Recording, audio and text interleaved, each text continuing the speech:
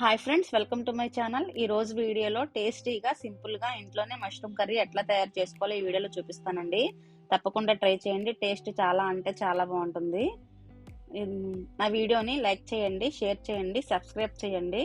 పక్కనే ఉన్న బెల్ ఐకాన్ని క్లిక్ చేయండి. ఇంకా లేట్ చేయకుండా వీడియోలోకి వెళ్ళిపోదాం.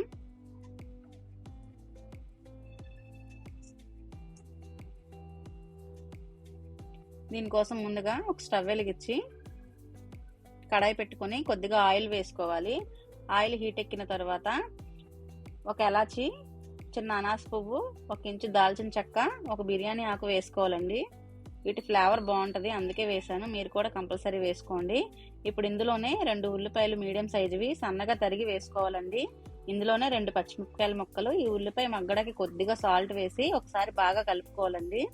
ఇలా ఉల్లిపాయ ముక్కల్ని ఒక 2-3 నిమిషాలు గోల్డెన్ బ్రౌన్ కలర్ వచ్చేంత వరకు మగ్గించుకోవాలండి. ఇలా మగ్గిన తర్వాత ఇందులో 1 టీ స్పూన్ అల్లం వెల్లుల్లి పేస్ట్ వేసి అల్లం వెల్లుల్లి పేస్ట్ పచ్చివాసన పోయేంత వరకు వేయించుకోవాలండి.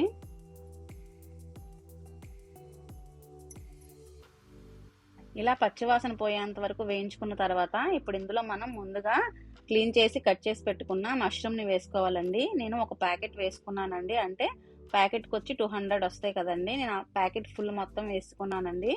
నేను ఇక్కడ మీకు చూపిస్తున్నట్టుగా ఒకదాన్ని 2 ముక్కల కిందే కట్ చేశానండి. మరి చిన్నగా కట్ చేసుకుంటే కర్రీలో కనిపించవండి మష్రూమ్, కాబట్టి నేను కొంచెం పెద్దగానే కట్ చేసుకున్నాను. మీకు ఎలా నచ్చితే అలా చేసుకొని వేసుకోండి. చూసారా, ఇందులో వాటర్ ఈ మష్రూమ్లో నుంచి దిగిందేనండి. నేను వాటర్ ఏం వేయలేదు. ఈ వాటర్ అంతా ఇంకే వరకు మనం మగ్గించుకోవాలండి మష్రూమ్ని. ఇప్పుడు ఇందులోనే కొద్దిగా పసుపు, 1.5 స్పూన్ కారం, 1 టీ స్పూన్ ధనియాల పొడి, 1/2 టీ స్పూన్ జీలకర్ర పొడి, కొద్దిగా చికెన్ మసాలా వేసుకోవాలండి. చికెన్ మసాలా వేయడం వల్ల ఫ్లేవర్ బాగుంటుంది. ఇప్పుడు ఈ మసాలాలన్నీ ఒకసారి మష్రూమ్ పట్టేలాగా బాగా కలుపుకోవాలండి. ఇప్పుడు ఇందులోనే మనకి రుచికి సరిపడా సాల్ట్ కూడా వేసుకొని మరొకసారి కలుపుకోవాలండి. ఇలా ఈ మసాలాలన్నీ కలుపుకొని ఈ మష్రూమ్లో నుంచి వచ్చిన వాటర్ ఉంది కదండి, ఇదంతా ఇంకే వరకు కొద్దిగా మగ్గించుకోవాలండి. 2-3 నిమిషాలు స్టవ్ని మీడియం ఫ్లేమ్లో ఉంచుకొని. ఇలా మగ్గి ఆయిల్ పైకి తేలింది కదండి. ఇప్పుడు ఇందులో ఒక 1/2 గ్లాసు వాటర్ని పోసుకోవాలండి. నేను కొద్దిగా కరివేపాకు కూడా వేసాను ఫ్లేవర్ కోసం, మీరు కూడా వేసుకోండి. వేసి ఒకసారి కలిపి ఇప్పుడు ఇందులోనే ఒక 1/2 గ్లాసు వాటర్ని కూడా పోసుకోవాలి.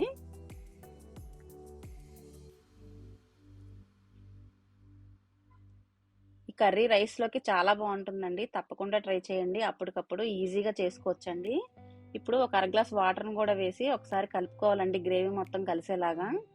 ఈ కర్రీ ఎక్కువ టైం కూడా పట్టదండి, అప్పటికప్పుడు ప్రిపేర్ చేసుకోవచ్చు వెంటనే.